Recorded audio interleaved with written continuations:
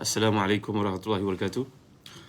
Innal hamdalillah nahmaduhu wa nasta'inuhu wa nastahdihi wa nastaghfiruh wa natubu ilaihi wa natawakkalu alaihi wa na'udzu billahi min shururi anfusina wa sayyiati a'malina may yahdihillahu fala mudilla lahu wa may yudlil fala hadiya lahu.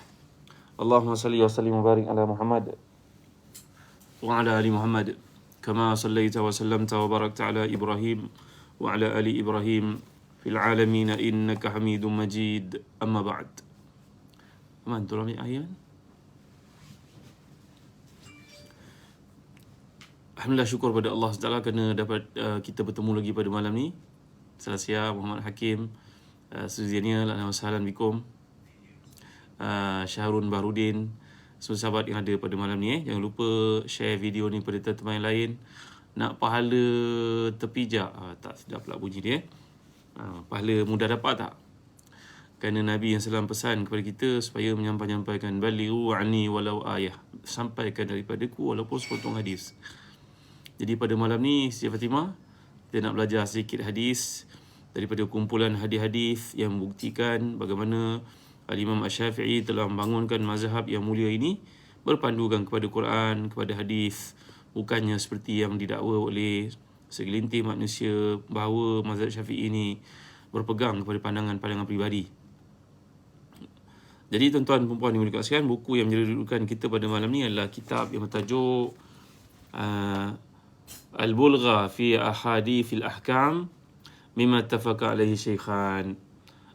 Ya, terjemahan dalam yang kami berikan, hadis-hadis hukum menurut mazhab Syafi'i. Ya. Terima kasih. Bismillahirrahmanirrahim.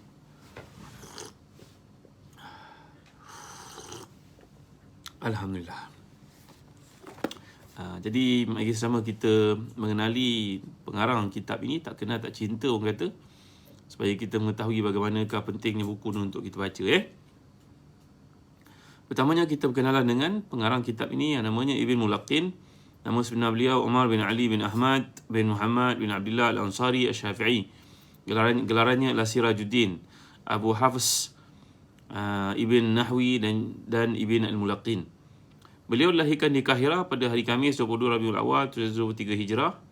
Apabila berusia 6 tahun, ayahnya meninggal dunia. Sebelum wafat, beliau telah wasiat kepada Isa Al-Maghribi, iaitu seorang ulama, seorang guru di Al-Quran di Masjid Ibn Tolun, agar menjaga anaknya. Orang itu kemudian telah berkahwin dengan ibu kepada Ibn Mulaqin, dan dengan sebab itu dia dipanggil sebagai Ibn Al-Mulaqin. Baik. Ayah tiri beliau membimbingnya dalam menghafaz Quran dan kitab Umdatul Ahkam. Selepas itu beliau mengarahkannya untuk mempelajari mazhab Maliki. Namun Ibn Jama'ah menasihatinya supaya diarahkan kepada mazhab Syafi'i. Lalu beliau telah pun diarahkan untuk menghafaz kitab Minhaj. Beliau menghafal kitab itu lalu membacakannya di hadapan Ibn Sayyidin Nas dan Kutub Al-Halabi. Baik. Ibn Mulaqin sejak kecil telah tertarik kepada ilmu hadis. Beliau mendatangi guru-guru hadis negerinya untuk mempelajari ilmu ini. Beliau mengatakan telah membaca 1000 kitab hadis. Beliau memiliki kekayaan yang melimpah. Beliau gemar mengumpul buku hingga mempunyai perpustakaan peribadi yang sangat besar, mengandungi manuskrip yang sangat bernilai. Ya tuan-tuan, mengumpul kitab ini tujuannya untuk mendekatkan diri kita kepada Allah, mengenali Rasulullah lebih dekat. Seperti dikatakan oleh Ibn Mubarak radhiyallahu anhu ardah, salah seorang daripada tabi'in yang terkemuka, bahawa membaca kitab ini umpama kita sedang berdialog dengan generasi salafus salih, kerana mereka sebaik-baik generasi yang paling dekat dengan Rasulullah sallallahu alaihi wasallam. Jadi kata-kata mereka yang kita baca dalam buku-buku itu merupakan cerminan kepada amalan Rasulullah SAW dan para sahabat. Itu sebabnya Ibn Mulaqin ini gemar untuk mengumpulkan kitab. Kadang-kadang orang balik daripada Mesir, balik Jordan, balik Morocco, banyak kitab kat rumah. Orang tanya, habis baca ke? Memanglah tak habis baca tuan-tuan, tapi kita akan mengambil benda yang penting dari kitab-kitab tersebut. Kita belajar ilmu ni daripada sekolah menengah, Alhamdulillah di Malaysia. SMKA baik, SMA baik, sekolah pondok baik. Semuanya memberi asas yang kukuh kepada kita. Bila pergi ke Timur Tengah ni, dia membuka minda lebih luas lagi. Kalau anak-anak kita ni terdorong cenderung untuk belajar agama, jadi orang alim, galakkan mereka tuan-tuan. Tapi penting untuk belajar di negara Arab. Kerana bila kita belajar di negara Arab, kita akan dapat buka paradigma. Kalau tidak, kita duduk dalam negara, kita setakat jadi jago kampung, kita tidak terbuka minda, tak dapat berfikir luas. Kerana orang berkata, orang Melayu kata, patah berkata, betul jauh berjalan, luas pengalaman. Jadi kembali kepada kisah Ibn Mulaqin ni tadi. Ibn Mulaqin menimba ilmu daripada ramai ulama' di Mesir. Selepas itu beliau melanjutkan pelajaran intelektualnya ke Damsyik, Makkah, Madinah dan Baitul Maqdis. Di setiap negeri itu beliau menerima ilmu daripada para ilmuwan yang berada di tempat tersebut. Antara guru-gurunya iaitu Al-Hafidh Khalil bin Kai Kaldi Al-Ala'i, Ibrahim Al-Isnawi iaitu seorang faqih Syafi'i, Izzuddin bin Jama'ah, Qutbuddin Al-Halabi, Taqiyuddin Subki, Ibn Sayyidinas, Abu Hayyan Al-Gharnati dan Ibn Hisham Al-Nahwi. Ini merupakan ulama-ulama besar yang memiliki kitab-kitab yang hebat. Beliau telah belajar daripada mereka. Rupa-rupanya bila saya tanya kepada guru saya, tuan-tuan, almarhum Syekh Dr. Nur Ali Zaman Al-Qudha, begitu juga Syekh bila saya belajar di sana, Sami As-Salih, guru-guru kami ketika belajar di Jordan dahulu. Begitu juga almarhum Dr. Syekh Al-Fasir Fadal Hazan Abbas. Rupanya bila kita belajar daripada ulama-ulama yang ada di mana saja tempat dan dunia, kita takkan dapat belajar semua sekali. Jadi kalau kita jumpa sebuah kitab, apa bahan, apakah topik yang kita tak faham sangat, itu yang kita pergi belajar. Yang kita boleh baca sendiri, kita baca sendirilah. Kerana asas seperti yang telah saya gambarkan tadi, kita belajar di Malaysia dah cukup kukuh. Yang mulia Raja Uzin. Jadi kalau nak mengatakan kita pergi satu tempat belajar kulit ke kulit, itu mustahil berlaku, tuan-tuan. Kalau kitab kecil bolehlah, tapi kalau kitab-kitab umdah, kitab-kitab besar, mustahil kita boleh belajar begitu. Jadi apa yang telah kita pelajari di sekolah agama, peringkat sekolah menengah, contohnya adalah kukuh. Maka kita pergi ke negara Arab, apa benda yang kita tidak faham, kita cari topik-topik tersebut, jumpa dengan guru dan minta dihuraikan kepada kita. Baik, inilah yang berlaku baik Imam Bukhari dahulu ataupun Ibn Mulaqin di sini. Kemasyhuran Ibn Mulaqin menarik ramai manusia untuk menimba ilmu daripadanya. Ramai antara mereka yang tampil sebagai tokoh ulama seperti Al-Hafiz Ibn Hajar Al-Asqalani, salah seorang anak muridnya, Ibn Sibti Al-Ajami, Abu Zur'a Al-Iraqi, Abdullah bin Muhammad Al-Qurafi dan ramai lagi. Ibn Mulaqin terkenal sebagai tokoh yang pakar dalam bidang hadis, fiqih dan juga tasawuf. Beliau menulis banyak buku dalam ilmu tersebut. Asyuti berkata 4 ulama yang masih hidup, As-Siraj Al-Bulqini, As-Siraj Ibn Mulaqin, Az-Zain Al-Iraqi dan juga Nur Al-Haythami. Yang paling menguasai fiqih Al-Bulqini, yang paling menguasai hadis adalah Al-Iraqi, yang paling banyak karangannya Ibn Mulaqin, yang paling banyak hafazannya ialah Al-Haythami. Ini kata Al-Imam Asyuti. Murni Nur Izzah, jangan lupa share video kita kepada teman-teman yang lain. Moga pada malam ni kita sama-sama dapat pahala, kerana dalam hadis mengatakan, la an yahdiyallahu bika rajulan wahidan khairul laka min humri na'am. Andai seseorang itu mendapat satu ilmu yang kau panjangkan kepadanya, dia mendapat hidayah dengan apa yang kau sampaikan, kau panjangkan, sebarkan, maka bagimu pahala yang dilakukan tak kurang sedikit pun. Lebih baik pada dunia sia-sia kandungnya. Apa yang kamu dapat, apa yang didapat itu, hidayah yang telah kamu salurkan kepadanya, tunjukkan kepadanya, maka kamu dapat nilai di sisi Allah lebih besar daripada dunia sia-sia kandungnya. Apa salahnya kalau tuan-tuan panjangkan kepada adik-beradik, tak rugi pun. Kita nak berkenalan dengan asas penting dalam mazhab Syafi'i. Sambil santai-santai duduk menjahit baju ke, minum-minum ke, lepas main isyak ni relax sikit, prepare cikgu-cikgu nak kelas besok contohnya, kita dengar sama kuliah ni, sampaikan kepada teman-teman lain. Tolong sebarkan masa sikit kepada adik-adik, kawan, rakan kita, sahabat kita, tolong panjang-panjangkan ya.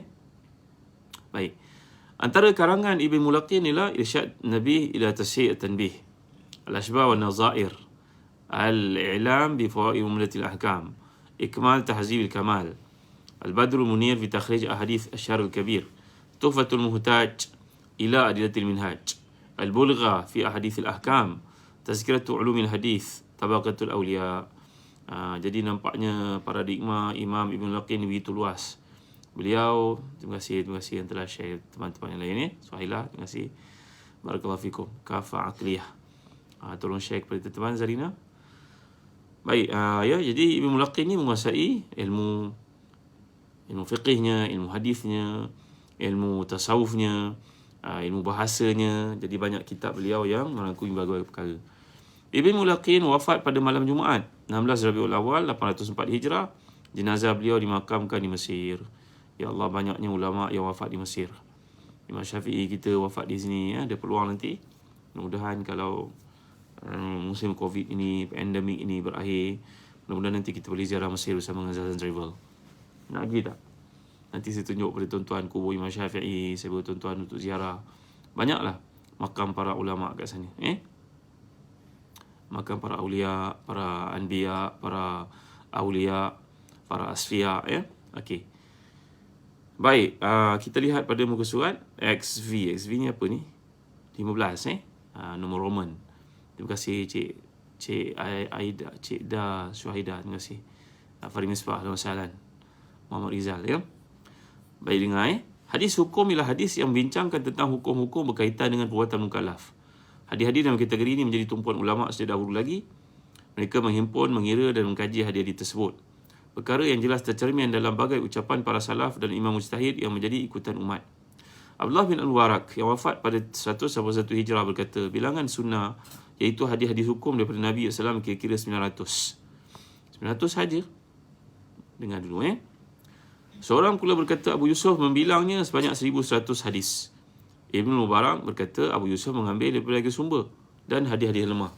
Abdurrahman bin Mahdi yang wafat pada 198 Hijrah pula mengatakan bilangan hadis yang berkaitan dengan halal haram adalah 800 hadis saja. Imam Muhammad bin Idris Asy-Syafi'i berkata usul hukum iaitu dalil hukum ialah 500 hadis lebih sahaja. Daripada ribuan kata-kata Nabi, kata Imam Syafi'i, yang membentuk hukum cuma 500 lebih saja. Baik. Semuanya dimiliki oleh Imam Malik melainkan 30 hadis. Dan semuanya dimiliki oleh Ibn Uyainah melainkan 6 hadis saja, kata Imam Syafi'i. Semua ucapan ini menunjukkan bahawa para ulama telah berusaha menghimpun menguasai hadis-hadis hukum. Hal ini kerana menguasai hadis-hadis itu akan memudahkan mereka dalam menempuh jalan ijtihad. Nak jadi orang alim kena faham hadis-hadis hukum. Hadis yang menyebabkan padanya terbit hukum.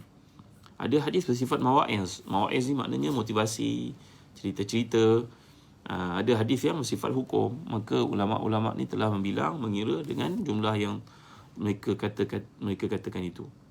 Menurut Syekh Abdul Fattah Abu Ghudah yang wafat pada 1417 Hijrah, yang antara ulama kurun ke-20, perbezaan bilangan hadis yang mereka sebutkan berpunca daripada 4 perkara, kata Imam Abdul Fattah Abu Ghudah.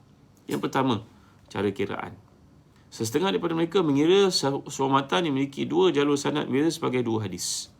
Setengah yang lain mengiranya sebagai 1 hadis. Ini kata Abdul Fattah Abu Ghudah, seorang ulama hebat dari Syria yang bagus saja wafat. Kira barulah tuan-tuan dalam kurun ini. Baik, kedua, perbezaan dalam melihat hadis-hadis tersebut sama ada termasuk dalam bab hukum ataupun adab. Ni tadi yang kita nyatakan. Apakah hadis itu bersifat hukum ataupun hadis itu dalam bab adab, dalam bab akhlak, Ketiga, perbezaan dalam menilai kesahihan hadis itu pun menyebabkan berlakunya perbezaan bilangan yang telah saya nyatakan tadi. Yang keempat, perbezaan khazanah hadis yang mereka miliki. Ini pun ada faktor juga sebagai satu perkara yang mempengaruhi kenapa bilangan itu berbeza-beza. Ada mereka yang duduk jauh dari Madinah, ada mereka yang memiliki banyak kitab, ada yang sempat berjumpa dengan ramai guru, jadi mempengaruhi bilangan hadis yang mereka kumpulkan. Selain berusaha menghimpun dan menguasai hadis-hadis itu, para ulama turut memfokuskan perhatian kepada aspek kesahihan hadis tersebut. Kaedah seleksi yang diamalkan ke atas hadis-hadis hukum lebih ketat banding dengan hadis-hadis sirah dan juga fadail. Dalam bab hukum mereka begitu tasydid, tapi dalam bab bersifat cerita, bersifat motivasi, mereka bersifat tashil. Tashil dengan tasydid berbeza, tuan-tuan, tasahul, tasyaddud berbeza. Hukum kita kena ketat lah, tapi kalau awak cerita, ia hanya cerita saja, tak mempengaruhi apa pun. Ada orang bercerita bahawa sahabat Nabi yang mulia itu namanya Bilal bin Rabah radhiyallahu anhu, Nabi telah wafat, maka beliau tak sanggup lagi duduk kat Madinah. Beliau pindah ke Damsyik. Bila dijemput oleh Hasan dan Husain untuk datang ke Madinah untuk azan, dia pun azan sampai ke asyhadu anna Muhammadar Rasulullah. Beliau pingsan, teringat Nabi SAW. Itu sebab dia tak mahu duduk dekat Madinah lagi. Ini cerita. Ia bukannya satu benda bersifat hukum. Cerita. Malam tadi saya nampak ada bayang-bayang putih. Cerita. Jadi tidak melibatkan hukum, tidak melibatkan apa-apa, tuan-tuan. Jadi bab cerita, Itu sebab kita boleh membaca Sirah Ibn Hisham. Sirah Ibn Hisham. Ketika guru kami Walid Al-Ani Al-Hasani, Doktor Syekh dari Baghdad, itu mengajar kitab Sirah Ibn Hisham, walaupun beliau seorang pakar hadis, mengatakan bahawa kita belajar hadis, ya Ustaz Syafiq Murad, lama tak nampak Ustaz Syafiq Murad. Tasahul dengan tasyaddud, tashil dengan tasydid, ya. Beliau berkata, kita baca je kitab Sirah Ibn Hisham, tak ada masalah padanya, walaupun ada cerita-cerita melibatkan jin, cerita-cerita melibatkan macam-macam perkara dibawa di situ. Kerana ia bukan melibatkan hukum, ia cerita. Sebab itu boleh menguatkan bahasa kita kerana penggunaan istilah yang ada dalam kitab Sirah Ibn Hisham. Kata beliau, wasiat beliau, kata mengajar kami di Irbid lebih 2 tahun lalu, ya. Baik tuan, dengar lagi apa yang disebut di sini, ya. Hal ini kerana hadis-hadis hukum bentuk ibadah dan amalan seorang Muslim. Maka semua ulama sepakat amalan itu mesti dipastikan selari dengan telah ditetapkan Nabi SAW. Ucapan ahli hadis berkenaan kepentingan berhati-hati dalam masukkan kesahihan hadis hukum sangat banyak. Salah satu daripadanya kata-kata Imam Abdul Rahman bin Mahdi. Idza rawayna an Nabi fil halal wal haram wal ahkam shaddadna fil asanid wa intaqadna fil rijal. Wa idza rawayna fi fadail a'mal wal thawab wal iqab sahalna fil asanid wa tasamahna fil rijal. Okey tuan. Ya, alhamdulillah. Dah hari keempat dapat ujian sedikit, anugerah daripada Allah SWT. Apabila kami meriwayatkan daripada Nabi berkenaan dengan hal haram dan hukum hakam, kami akan perketatkan sanadnya dan meneliti para perawinya. Tetapi bila kami meriwayatkan berkenaan fadail, iaitu amalan, pahala, dosa, maka kami bermudah-mudah dalam meriwayatkan dari sudut sanad dan perawinya. Dengar tu? Kesan daripada semangat ini melahirkan berbagai kitab yang khas didedikasikan untuk menghimpun hadiah-hadiah hukum. Salah satu kitab yang paling lengkap ialah kitab Sunan ditulis oleh Abu Dawud. Beliau mengatakan, aku tidak mengetahui soal menghimpun hadiah lebih sempurna daripada diriku. Setiap hadis terkandung dalam kitab ini telah melalui proses seleksi yang sangat teliti dan diriwayatkan dengan menyebut sanad-sanadnya. Begitu juga dalam kitab Muntaka Hadis Ibn Jarud yang nipis namun kaya dengan mutiara ilmu. Selain kedua kitab ini, tidak terhitung kitab-kitab yang ditulis oleh ulama untuk membincangkan hadiah hukum dari berbagai-bagai aspek. Saya nak tuan-tuan tahu, saya baca mukadimah ni penting sangat. Saya juga positif baru hari kedua. Syafa'akumullah, syafa'akumullah. Jangan penat berdoa, ya, kerana dia tidak pernah penat memberi. Okey. Barakallahu fikum, Sufi Emir. Pada hari ini, himpunan hadiah hukum yang selalu menjadi bahasan bacaan rujukan ada 3 kitab. Yang pertama, kitab yang tebal. Yang kedua, pertengahan. Yang ketiga, nipis. Yang tebal namanya Muntaqal Ahbar oleh Abul Barakat Al-Majid Ibn Taymiyah, mengandungi 5,029 hadis. Kemudian, kitab ini telah disyarahkan oleh Muhammad bin Ali Asy-Syaukani dalam bukunya bertajuk Nailul Autar. Ya. Kitab pertengahan pula namanya Bulughul Maram min Adillatil Ahkam oleh Ahmad bin Ali bin Hajar Al-Asqalani.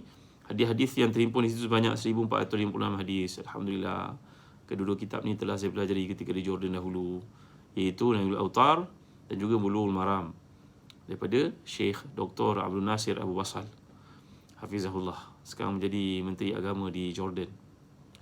Ya, guru saya tu ketika belajar dahulu di Jordan. Kami belajar setiap pagi Jumaat di Masjid Jamiah. Alhamdulillah.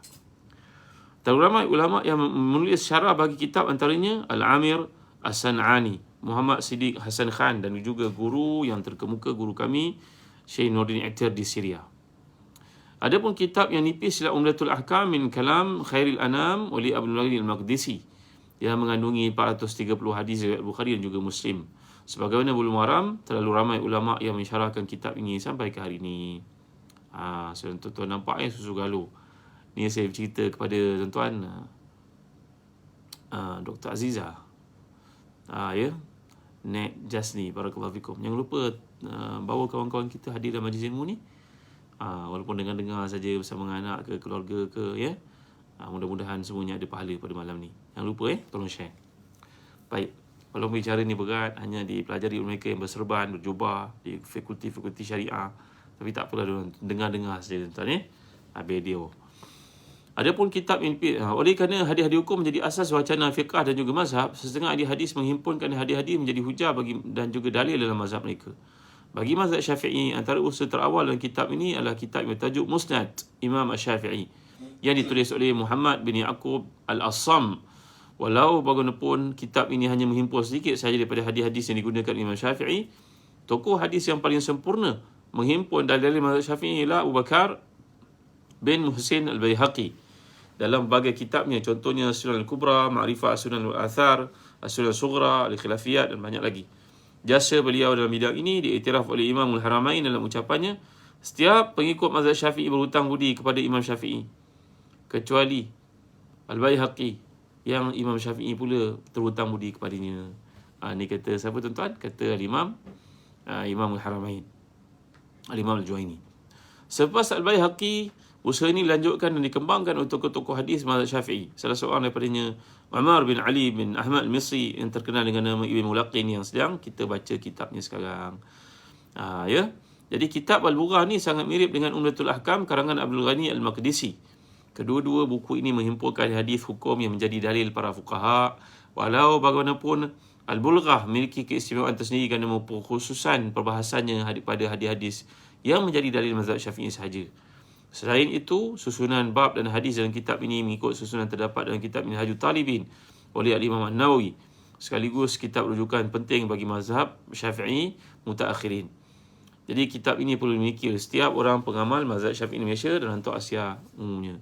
Kita sibuk mengatakan kita mazhab Syafi'i.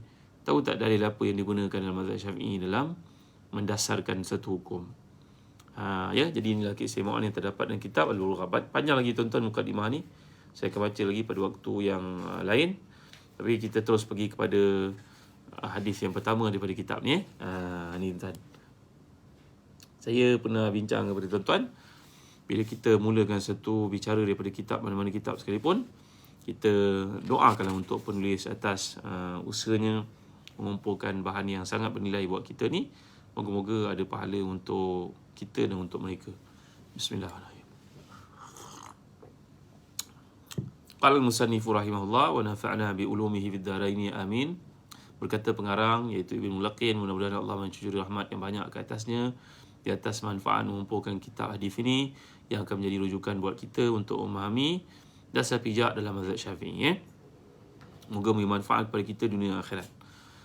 Bismillahirrahmanirrahim. Rabbana atina min ladunka rahmatan wa hayyi lana min amrina rasyada. Allahu Akbar. Permulaan bicara ni menyebut tentang ayat yang selalu kita baca daripada surah Al-Kahfi. Wahai Tuhan kami, kurniakan kami rahmat dari sisimu, berilah kemudahan dan pimpinan untuk kami, untuk keselamatan agama kami. Segala puji bagi Allah atas kurniaan bagi nikmat dan aku syukur padanya kerana telah menolak bagai balasan buruk daripada menimpaku. Aku bersawat ke atas penghulu kita Nabi Muhammad SAW sebaik-baik manusia dari seluruh Arab dan juga Ajam. Begitu juga salawat turut limpahkan ke atas keluarga baginda dan para sahabat yang merupakan golongan yang memiliki kelebihan dan juga kemurahan. Amma ba'd. Inilah sebuah bekalan hadis hukum yang disepakati oleh dua ulama iaitu Muhammad bin Ismail Bukhari dan juga Muslim bin Hajjaj yang disusun mengikut bab-bab dalam kitab Minhaj karangan Al-Allamah Muhyiddin An-Nawawi. Aku mengeluarkannya daripada karanganku yang bertajuk Tuhfatul Muhtaj ila Adilatil Minhaj yang sangat penting. Serta sedikit penambahan agar mudah dihafal dalam tempoh yang singkat dan menjadi pegangan serta bekalan penuntut ilmu. Kadang-kadang aku menyebutkan beberapa hadis daripada salah satu kitab As-Sahihaini atau selain daripada kedua-duanya bila tidak mendapati hadis lain yang boleh dijadikan dalil selain dalam satu bab atau pendalilan yang lebih jelas berbanding yang lain. Hanya kepada Allah aku minta supaya karangan ini bermanfaat. Semuanya dia maha memberi, memiliki dan berkuasa. Cukuplah bagiku dia, dan dia merupakan sebaik-baik wakil. Inilah dia mukadimah kepada kitab ini. Asfani Ahmad. Jadi ini kaedah ulama-ulama dahulu menulis dengan penuh keikhlasan, mengharapkan daripada Allah balasan. Mereka tulis kitab ni, kemudian mereka pun wafat, dia mendapat sambutan orang yang datang kemudian sampai ke hari kiamat macam kita, tuan-tuan. Ya, kita ni tak ada apa-apa pun bawa untuk Islam kan. Madailah kita baca, kita doakan untuk mereka, mudah-mudahan kita dihimpunkan bersama dengan mereka, bersama dengan Nabi kita yang agung di akhirat nanti, tuan-tuan ya. Allahumma amin. Baik, sebagai mendapat keberkatan pada malam ni, kita baca hadis pertama dalam kitab hadis-hadis hukum ni. Bab 1. Kitab bersuci. Saya telah nyatakan tadi di awal bahawa hadis-hadis dikumpulkan mengikut kepada karangan Al-Imam An-Nawawi, kitabnya nama Al-Minhaj, dalam bahasan mazhab Syafi'i. Jadi tahlil dan setiap perkara itu dikemukakan kat sini. An Imran bin Husain radhiyallahu anhu fi qissati ma zalatil musyrikah anna Nabi sallallahu alaihi wasallam a'ta lilladhi asabathu al-janabatu ina'an min zalik faqala izhab fa'afrighu alaik. Hadis ini daripada Imran bin Husain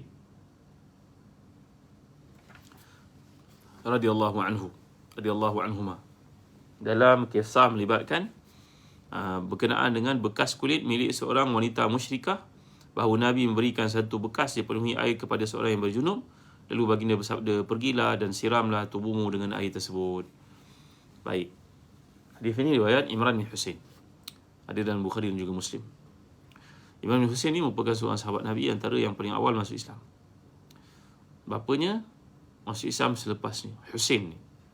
Husain adalah seorang yang berperibadi baik, dihormati oleh orang-orang Arab Quraisy, dan beliau sangat berpengaruh, pandai bercakap, bijak untuk diplomasi, dalam banyak perkara menjadi utusan orang-orang Arab untuk bincang, sehinggalah bila orang Arab mendapati kebuntuan nak menyelamatkan ramai orang daripada terpengaruh dengan dakwah Nabi Muhammad SAW, maka mereka telah memutuskan Husain yang pada masa itu sudah pun lanjut usia dan buta untuk bertemu dengan Rasulullah SAW bagi tujuan memujuk Nabi kembali kepada akidah batilah mereka, kehidupan jahiliah itu. Mereka menyangkakan Islam dibawa oleh Nabi ini diada-adakan oleh Rasulullah SAW. Jadi bila dihantar Husain kepada Nabi yang pada masa itu berada di rumah Arqam bin Abil Arqam. Nanti kalau tuan-tuan ada kesempatan nak pergi umrah, marilah pergi bersama Zazan Travel. Tempat-tempat sejarah ni semua saya akan tunjuk kepada tuan-tuan. Nak tak? Ismaria, InsyaAllah nanti ada kesempatan kita pergi sama. Jadi Husain datang dalam keadaan dipimpin, buta matanya. Ketika dia sampai di rumah Arqam bin Abil Arqam, Nabi SAW pada masa itu berada dalam rumah yang merupakan markas dakwah Islam yang pertama. Maka Imran, anak kepada Husain, ada dalam rumah itu. Dia pun perhatikan bapak dia datang. Bapak dia kafir pada masa itu. Dipimpin orang masuk, maka dia tanya, mana Muhammad? Jawapan Nabi SAW, ya saya wahai Am, wahai pakcik saya Muhammad. Tak nampak. Maka Husain pun terus menyampaikan pesan orang-orang musyrik kepada Rasulullah, wahai Muhammad, kami dengar engkau telah memburukkan Tuhan kami, membodohkan sembahan kami. Marilah Muhammad, jangan pecah belahkan kami. Marilah kembali kepada agama Datuk Nenek Moyang. Maka Nabi SAW pun mendengar kata-katanya. Tengok tuan walaupun Husain ini sesat, tapi kita akan lihat dalam Quran, Allah memberi ruang kepada syaitan untuk berdialog dengannya. Rabbi anzirni ila yaumi yub'atsun, qala innaka minal munzirin. Iblis minta kepada Nabi, kepada Allah SWT untuk dipanjangkan umur. Allah cerita dalam Quran. Ini namanya al-ihsan fi takhatub. Al-ihsan fi al-hiwar. Dalam bercakap pun ada ihsan. Ketika orang bercakap, kita diam. Jangan orang bercakap, kita pun sibuk nak bercakap. Yang banyak menyampuk pula. Kan? Para isteri sebagai contohnya. Suami cakap, diam. Tadi suami tanya apa? Barulah tambah. Jangan suami cakap, dia pun sibuk nak bercakap. Ni tak ada ihsan dalam kalam namanya. Lainlah kalau suami itu suka dengar isteri pun bercakap sekali, tapi ada benda-benda penting, nanti dulu, dengar dulu. La tuharik bihi lisanaka lita'jala bih. Jadi kembali kepada kisah Husain ini tadi, dia bercakap, maka Nabi pun tanya kepadanya, sudah cakap pakcik? Sudah. Nabi bertanya kepadanya, berapa Tuhan yang pakcik sembah? Jawapannya 7. La ilaha illallah subhanahu. Banyaknya 7. Berapa di langit, berapa di bumi? Tanya Nabi kepada Husain. Jawapan Husain, 1 di langit, 6 di bumi. Lata, Uzza, Manat. Tuhan yang pernah kita belajar dalam ayat-ayat berkaitan dengan syirik kepada Allah SWT. Surah Az-Zumar, surah Al-Isra yang pernah kita bincangkan dahulu. Baik. Sekarang Husain ditanya Nabi SAW. Nabi bertanya kepadanya, kalau anak sakit, mana yang diminta? Langit. Kalau hujan tak turun, di mana yang diminta? Langit. Kalau ada masalah-masalah tertentu, tak dapat anak berkahwin, mana yang minta? Langit. Dan Nabi bertanya kepada Husain, kalau begitu apa faedahnya 6 di bumi itu? Maka Husain bungkam dengan hujah tersebut. Kita kalau tahu ada solid ground untuk berhujah dengan orang, tuan-tuan, sila jalan. Jangan biarkan golongan yang menyesatkan, menyusahkan orang dan menceritakan benda-benda yang khurafat itu tampil untuk menyesatkan orang. Kita kena tampil ke hadapan jika kita ada kemampuan lah. Akhirnya Husain pun masuk Islam. Tadi anaknya melihat bapa datang dipimpin orang, bapa anaknya buat tak tahu je. Sekarang bila bapaknya masuk Islam, Nabi pun mengajar kepadanya doa, Allahumma alhimni rusydi wa qini syarra nafsi. Allahumma alhimni rusydi wa qini syarra nafsi. Ya Allah, ilhamkan kepada aku hidayah dan selamatkan aku daripada kebodohan diriku sendiri. Maka Husain tadi pun datang kepada ayahnya, mencium ayahnya. Ya, nampaknya akidah memisahkan mereka. Dan akidah juga memisahkan kita. Ya, seorang itu ada hubungan kekeluargaan sekalipun, kalau beza akidah, tak ada nilai lagi di sisi Allah SWT, tuan-tuan. Nilai kekeluargaan masih ada, tapi di sudut hubungan dengan Allah Ta'ala habis. Jadi dalam kisah ini, Imran bin Husain kedua-duanya merupakan sahabat Nabi. Anak masuk Islam lebih awal daripada ayah. Ini hidayah yang Allah berikan, ya. Kisah ini melibatkan satu perjalanan Nabi dengan para sahabat ke satu tempat, dan perjalanan itu sangat jauh dari sumber air. Air yang ada dalam simpanan masing-masing hanya cukup untuk minum saja. Bila cukup untuk minum, air yang ada, maka kita dibenarkan untuk tayamum, untuk mengangkat ada besar ataupun ada kecil. Tetapi dalam perjalanan ni, sahabat bawa air sedikit untuk minum masing-masing, cukup setakat minum, basah tekak masing-masing. Tiba-tiba muncul di hadapan rombongan Nabi itu seorang perempuan musyrik, membawa macam kita ni ibarat baldi lah, tempayan ke, baldi ke, apa-apalah yang maknanya bekas air zaman dahulu. Ghirbah ke, bahagian kulit yang dibuat daripada kulit kambing, dijahit dengan rapi supaya boleh simpan air dalamnya ke, apa sajalah maksud. Itu maknanya mazada. Maka Nabi SAW telah pun meminta kepada perempuan musyrikah ini bekas tersebut untuk diambil air daripada ini. Perempuan musyrik itu telah mengambil air di tempat yang sangat jauh. Perjalanan untuk mengambil air saja satu hari satu malam. Jauh. Sekarang Nabi menahannya dan minta untuk ambil air itu sedikit. Dia berkata air itu jauh. Dia tak kenal Nabi sebab dia orang kafir. Dia kata nak ambil air ni jauh. Jawapan Nabi, tak mengapa, aku ambil sikit, aku kembalikan nanti. Itu merupakan mukjizat Nabi kita SAW. Maka Nabi pun mengambil air dari baldi ataupun bekas milik perempuan musyrik ini tadi, dan apa yang ada di sisinya tidak berkurang sedikit pun. Ini menunjukkan kepada kita kena berusaha lah. Tak boleh duduk tunggu hujan mas turun atas kita. Mana kena usaha lah. Macam Nabi tunjukkan sini, usaha, minta. Dan kemudian izin Allah yang bertambah balik semula. Itu mukjizat Nabi SAW. Maka air itu digunakan Nabi SAW untuk para sahabat yang janabah. Jadi daripada hadis ini menunjukkan kepada kita bahawa keharusan kita memanfaatkan air, sumber air ataupun apa sahaja bahan daripada milik orang kafir selagi tidak kelihatan padanya najis. Kat sini kalau kita kaitkan dengan kehidupan pada ini, tuan-tuan, seperti yang dapat kita lihat pandangan Syekh Zakaria Al-Ansari dan juga dalam Nailul Autar dan Fathul Bari, hadis ini menunjukkan kepada keharusan untuk kita memanfaatkan pinggan mangkuk ke, air ke. Kalau zaman sekarang kita pergi basuh baju dekat dry clean, laundry yang ada dekat mana-mana ke, tak perlulah kita nak sertu mesin membasuh baju itu. Ini adalah apa yang dapat kita lihat dari dalil pada zaman Nabi sendiri, iaitu Nabi SAW benarkan para sahabat mengambil air walaupun bekas itu milik seorang perempuan musyrik. Dan orang musyrik ini, mereka tidak tertakluk kepada hal haram, mereka pun tidak tahu apa itu hal haram, dan mungkin ada mengandungi najis dan sebagainya, tapi tidak timbul dalam keadaan Nabi SAW membenarkan sahabat untuk menggunakan air itu bagi tujuan mengangkat janabah. Nampak, tuan-tuan? Begitu juga pada zaman Umar Khattab radhiyallahu anhu, ketika beliau membuka Rom, maka beliau minta dibawakan bekas air untuk diminum, ambil wuduk dan sebagainya. Maka para sahabat kata, wahai Amirul Mukminin, ini kita berada di negara Rom, mereka makan babi, mereka minum arak dan sebagainya. Sayyidina Umar bertanya kepadanya, kamu nampak akan mereka minum arak atau makan babi dalam bekas ini? Yang kamu susahkan diri kamu buat apa?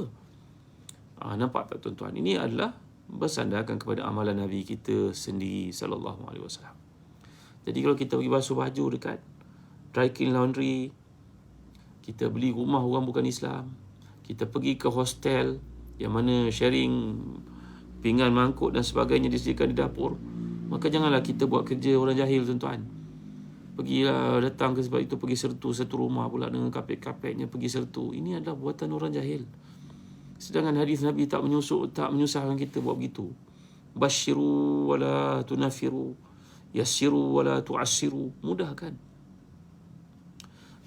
Cuma Syekh Zakaria Ansari berpendapat kalau ada kemampuan untuk dibersihkan, dibersihkan. Tapi kalau tidak dibersihkan, tidak mengapa. Berpandukan kepada hadis ini. Maka tuan-tuan, ini adalah satu bab yang menceritakan tentang kewajipan bersuci dan kebenaran untuk bersuci menggunakan bekas yang diambil walaupun daripada orang bukan Islam. Kerana hukum akalnya, urufnya, adatnya, cawan bersihlah. Kita tak nampak padanya kekotoran, janganlah kita sukarkan diri kita pergi buat benda-benda tak munasabah lah, tuan-tuan, dimuliakan Allah sekalian. Jadi inilah dia asas kepada hukum kepentingan untuk bersuci. Mudah-mudahan kita baca setakat ini saja dulu, tuan-tuan. Jangan lupa ya, tuan-tuan dapati kuliah ni ada manfaat, tolong sokong kami di Zazan Travel. Kami ada hasilkan satu produk yang berasal daripada sunnah, galakkan Nabi untuk mengambil habatus sauda. Alhamdulillah, kami telah proses untuk mudah untuk dimakan seperti ini, untuk selamatkan kita dan orang yang kita sayang daripada penyakit pada ini sebagai usaha ikhtiar. Andai kena juga ridhalah, kerana adalah hikmah yang Allah jadikan di situ. Kami telah proses birkah namanya, habatus sauda. Bismillahirrahmanirrahim. Ramai yang telah menggunakan dapati ada manfaat padanya, bagi ibu yang menyusukan anak, orang yang suka tidur waktu malam, orang yang ada angin dalam badan, izin Allah dapatkan habatus sauda, birkah. Kami juga mengimport kurma dari Madinah, kurma ajwa dari Madinah, ajwa aliyah. Tengok buahnya dalam bekas seperti ini, tuan-tuan. Tuan-tuan menjadikan dia hadiah untuk orang yang kita sayang. Kita majikan nak bagi pada anak-anak buah kita yang kuat bekerja, di bank, di mana, di pejabat, di universiti, sekolah. Inilah kurma ajwa aliyah yang disabdakan Nabi SAW, man tasabbaha bi sab'i tamaratin ajwatan lam yadurru sumun lasirun. Siapa yang makan kurma ajwa setiap hari 7 biji setiap pagi, dia tidak akan dimudaratkan oleh sebarang sihir ataupun racun. Tengok dalamnya. Baru ni, tuan-tuan. Saya bukakan untuk tuan-tuan. Nampak? Ini kurma ajwa dari Zazan Travel. Jadi kami ambil daripada Madinah, tuan-tuan. Ada sijil lahirnya dari Madinah. Tengok ni.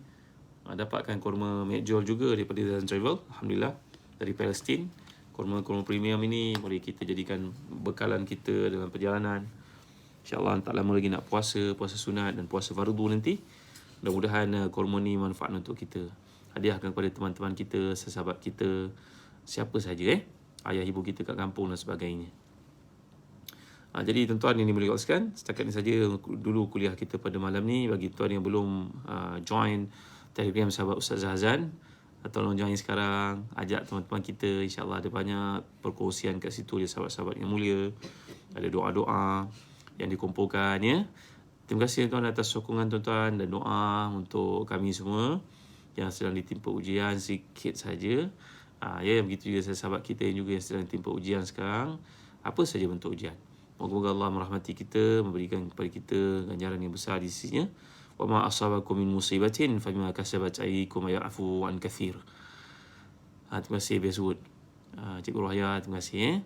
Apa saja menimpa kamu sebenarnya adalah penghapusan dosa kamu dan Allah beri kepada kamu darjat yang mulia di sisinya. Hinggakan duri yang kecil mencucuk kaki kita pun di akhirat tinggikan darjat, apatah lagi kalau ujian wabak dan sebagainya, penyakit dan sebagainya. Terima kasih tuan atas sokongan tuan-tuan sama kami di Zazan Travel. Bagi tuan yang minat untuk join on pay pun, affiliate, setiap apa yang tuan-tuan promosikan, tuan-tuan dapat hadiah. Nak tak? Jom join on pay Zazan Travel. Kita jual kurma ni, kawan-kawan kita mereka beli macam dropshipper lah. Tapi kerana tuan-tuan telah berdaftar, tuan-tuan perkenal mereka, nanti kod number yang sampai itu kami bayar pada tuan-tuan hadiah. Buku Adabul Mufrad dan sebagainya yang kita belajar ni kan. Ini buku Adabul Mufrad, simpan.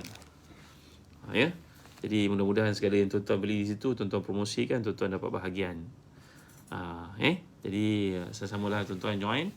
dalam affiliate sistem kami di OnPay, Zahzan Travel. Mudah-mudahan semua yang tuan lakukan, Anissa Osman, bukan saja bunga buguran, bukan saja tuan dapat manfaat, tapi begitu juga sahabat kita yang lain keliling kita. Di sini saja dulu kita bersembang dan kita berkuliah. Moga-moga ada manfaat dalam perkongsian pada malam ni. Sampaikanlah kuliah ini kepada teman-teman kita yang lain. Mereka yang tidak mengetahui hukum, kita perlu tahu bahawa mazhab Syafi'i ini dibangunkan di atas asas yang kukuh. Qurannya, hadisnya, ijma'nya, qiyasnya, bukan pandangan-pandangan pribadi orang tertentu yang macam kita. Dia semua diasaskan kepada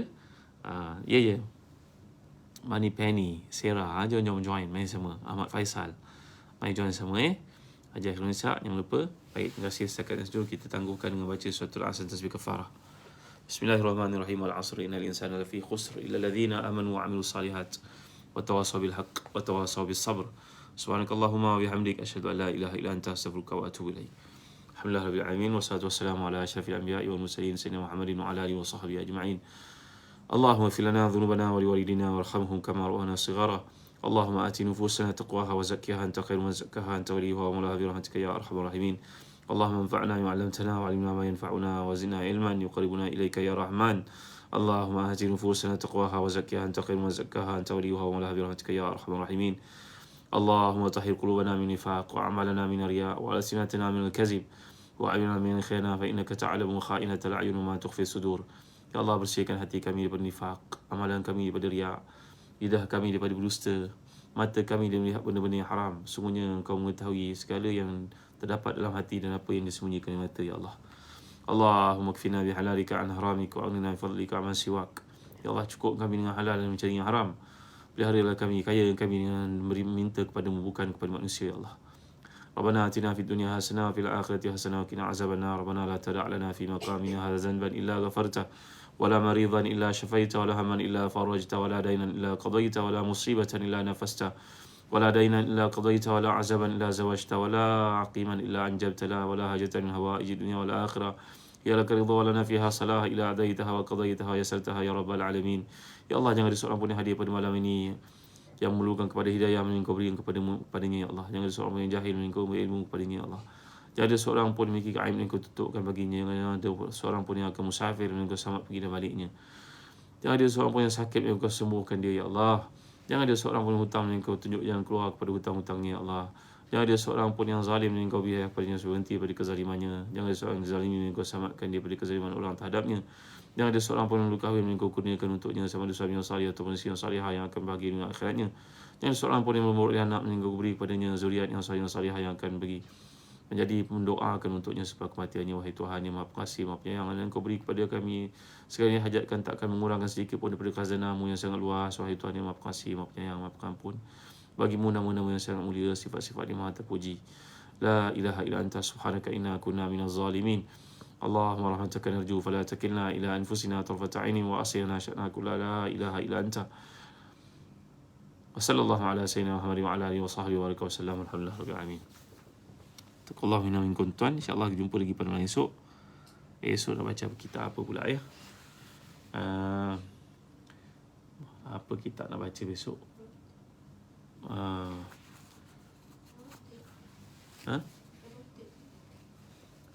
Besok kita baca ada mufrad balik semula lah. InsyaAllah ayat yang positif, mudah-mudahan Allah beri kepada mereka kesihatan, keafiatan, keselamatan, kesembuhan yang segera. Terima kasih Nur Aina, terima kasih Farin Spa, Ustaz Syafiq Murad daripada malam ni, Cija-Cija, terima kasih semua. Jangan lupa ya, buku doa yang kita pelajari bersama dalam program tafsir sepanjang PKP telah diterbitkan dengan tajuk Ya Allah, kabulkan hajatku. Boleh dapatkan dekat www.telagabiru.com.my. Boleh beli secara online. Buku tersebut merupakan doa-doa inisiatif yang dikumpulkan oleh bahagia Ustaz Syafiq Murad, diterbitkan oleh Telaga Biru. Alhamdulillah. Terima kasih semua. Assalamualaikum warahmatullahi wabarakatuh. Terima kasih Mani Penny, Jana, Yusof. Jangan lupa join sahabat Ustaz Zahzan di Telegram untuk mengetahui lebih lanjut tentang peluang kerjasama melibatkan OnPay ni tadi dan sebagainya. Terima kasih Nazira Nazri, terima kasih Assalamualaikum warahmatullahi wabarakatuh. Nurliza Nuri, terima kasih.